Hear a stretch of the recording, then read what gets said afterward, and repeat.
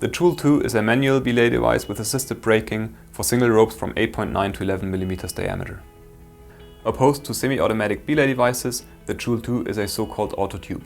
This means that due to the geometry of the device, the braking force of the belayer is enhanced so that it's possible to hold falls with very little hand force.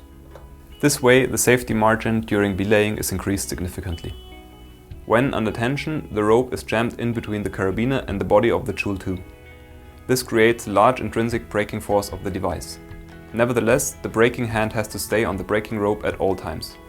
In order to release the rope, the device has to be tilted or lifted upwards slightly by using the thumb of the braking hand in the thumb loop of the device.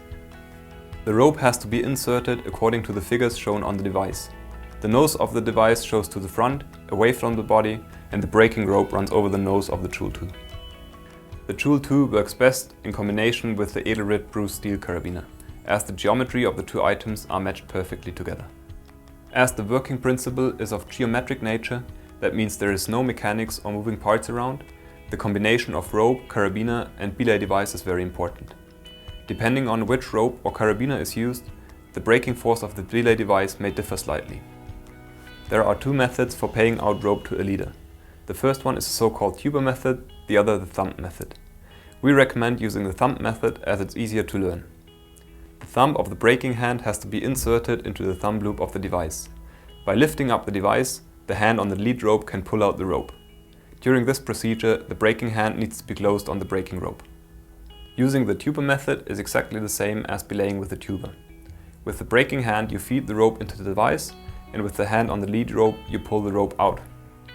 Depending on the condition of the rope, this may be a bit tricky with the Jul².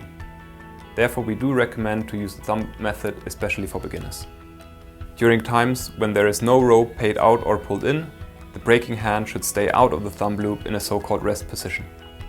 For lowering your partner, the best way is to take both hands on the braking rope.